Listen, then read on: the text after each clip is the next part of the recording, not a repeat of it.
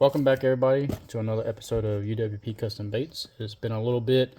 I've been extremely busy at work and then filling a bunch of orders for the bait shops and stuff like that. So I've been running through a ton of plastic. As you can see over here, I got a big pile of mess. But today is new mold day, so I want to do a little bit of unboxing to show you what I got.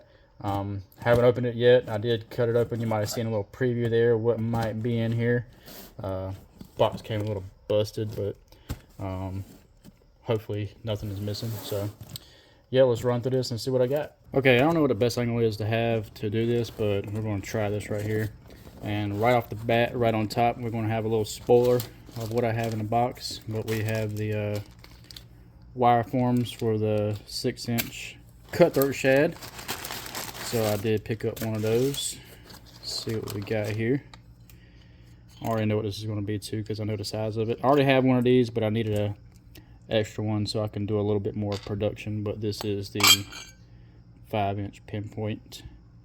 Had a lot of customers really liking this mold, so I picked up another one just to increase production a little bit. And right here, I think I have a tail mold for the 3.8 rip wrap. I do have the rip wrap pintail mode, and you can actually do tails through that, but I just wanted a separate tail mode so I didn't have to worry about shooting bodies all the time. I could just do the tails. It's probably got a sticker in there. And here is like the cool stuff. So let's take a look at this lead mold. A little unique design with the machined handle there. I can only assume that'll probably get hot as we pour some lead. But take a look at that. Super clean. Looks awesome. And we are gonna not pour any lead tonight. I need to take this to my business partner. He has all the lead stuff over at his house, so I'm gonna run that over to him, get some lead poured, and then when I get the lead back on the wire forms, I'm gonna make a video on shooting this bad boy right here. When this mold first released, the first video on it, it kind of had a little bit of a negative pushback, which I was surprised, but I thought it was really cool.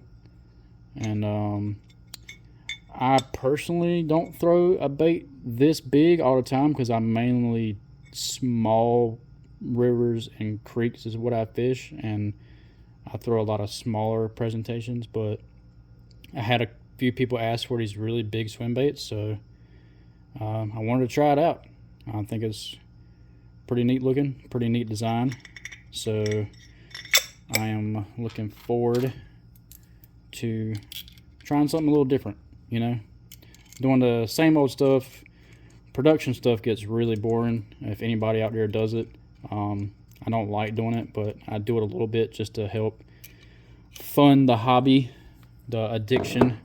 I don't do it to make any money. Everything I make off of it, I put right back into buy molds and stuff. But here's some more hardware for the cutthroat, and I think that's going to be it for Angling AI.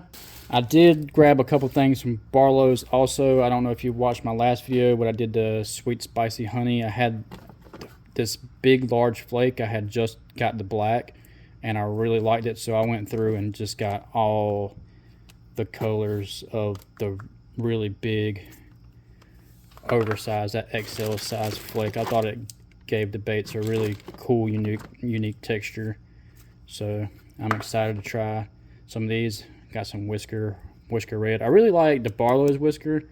I've tried whisker from other places, but it seems like the Barlows to me for some reason does a little bit better. I don't know, it might just be me, but a bunch of different colors in the large stuff. Nothing too exciting. I did pick up some more of the transparent colors from Barlows. Got some tangerine, some purple, some more sweet honey. I liked it so much I was like, I gotta give me an extra bottle just so I don't run out. I got the MERLOT I don't know if anybody's did a video on that yet. Straight red and the black. I was going to see what that transparent black was, so I can do. A lot of people ask for smoke, and smoke's really easy to do, but I was going to see how it looked in that transparent color. And that's all the new stuff I got right now. I think we're going to shoot some of the pinpoints again since I got this other mold. And we're going to have to wait on the cutthroat shad because I got to get the lead poured. And I have to... Yeah, I just got to get all that stuff straight. So, yeah, let's heat up some stuff over here and make some baits. All right, so I decided not to do the remelts. I'm going to try some of this MERLOT from Barlows and see what this looks like. Since I got a bunch of the new transparent colors in, I figured why not. We're going to do 4 drops to start, see what that looks like.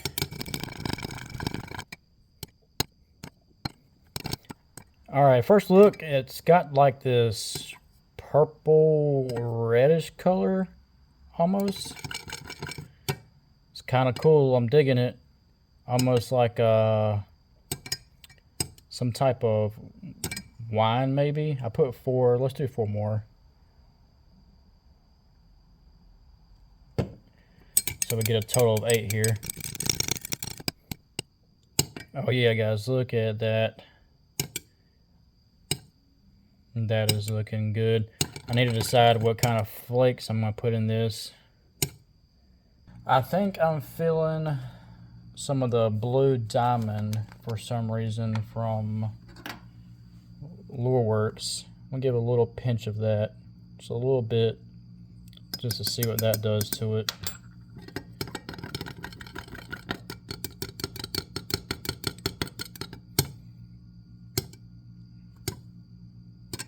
Alright, that's looking pretty cool. I might give it a little bit more. Just a little tad bit there. Nothing crazy.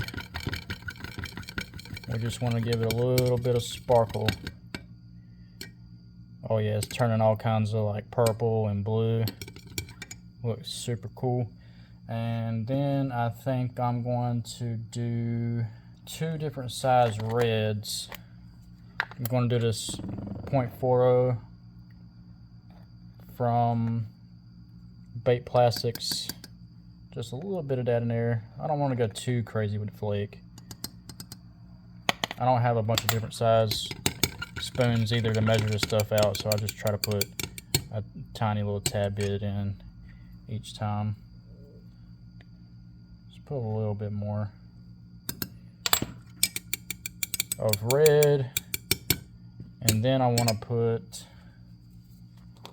1 more size in there. I'm going to go for this big stuff from Barlows, the extra large 0.125. Give 1 scoop of that. I might be completely ruining this color, but I just want to see what it looks like. Kind of crazy.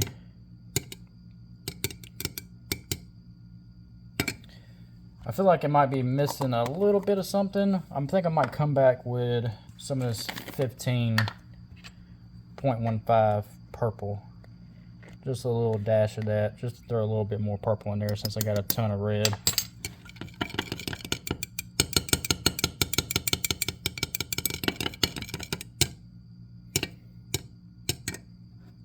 Let's zoom you guys in so you can get a good look at it. See what you think. I might need to add a little bit more flake, maybe not. I don't know. We're gonna try it out and see what it'll do. Okay, plastic's up to temperature. We are gonna shoot some stuff here. I got the 7.5 curly tail worm out from Angling AI, and then I got that 5-inch pinpoint. Since I just got that. Shoot a new mold. Let's see what this looks like here. Let's see if we have enough to go for these. Sure do. No problem. Like I said, this color, I'm not sure how well it's showing up on camera, but it's just like this purplish red. kind of color. I'll have to look up MERLOT and see the history of this color, but see what it's all about. We're gonna let them cool down and pop them open and check them out. Okay, molds are cooled off. Let's take a peek at these worms, see what they look like.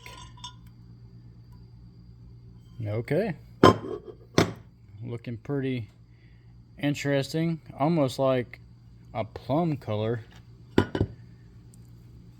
I'm feeling.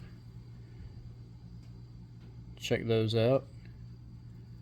I like the way that light refracts off the bigger, larger flake, that red. You can see it kind of shine off of it. But this is the worms right there. And here is the 5-inch pinpoint by England AI. Just coming out all crazy, but I think this thicker body looks really good in this color. Oh yeah, that looks way better.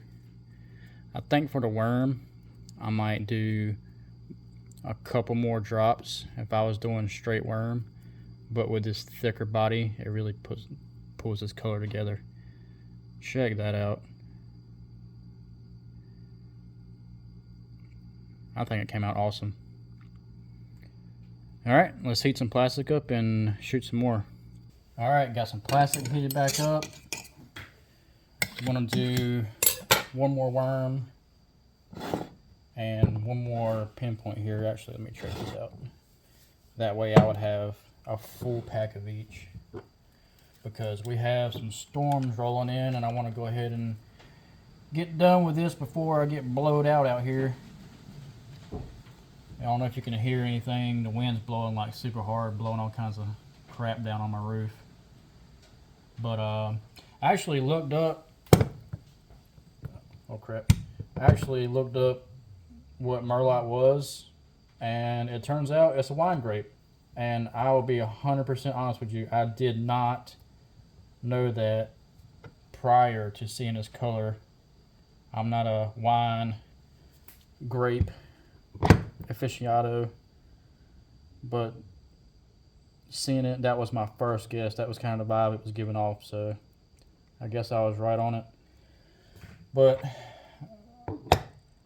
like I said, we got some storms rolling in, so I want to go ahead and just make enough so I have a pack of each of these right here, and then I'll be done for tonight. So let's let them cool back down and take a look.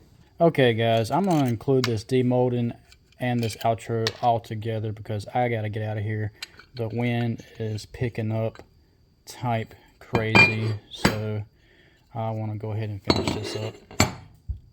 Those pinpoints, again, I think with the thicker body really sets this color off with the only 8 drops. For the worms, anybody watching this, I think I would have put a couple more extra drops in there, and your thinner body baits, this worm from England AI is kind of smaller diameter than some other worms. It actually might look good in a Cinco with the 8 drops because those bodies are a little bit fatter. But when you take the worms and put them all together like this, where they're back to back, it gives it that deeper look, you see. And on its own, it's very transparent. So I definitely think I'll go more drops on the smaller body baits. And here, let's take a look at these pinpoints once again. I think this color is pretty neat. I'm gonna try it out. I would say it's kind of like on the more plum side. MERLOT, which is grape apparently. So yeah guys, if you enjoyed this video, like and comment for sure. Thank you to all my new subscribers. If you like this kind of content, consider subscribing, and I will catch you guys later. And also, again, in the comments, if you saw anything I unboxed tonight, any colors, any glitters, drop them down below. I'll be happy to try out some color combinations for you guys, because sometimes I get kind of, I would say writer's block, but artistic block, where I end up doing the same things over and over without, you know, stepping out of my comfort zone. So yeah, guys, that's gonna be it, and I'll see you later.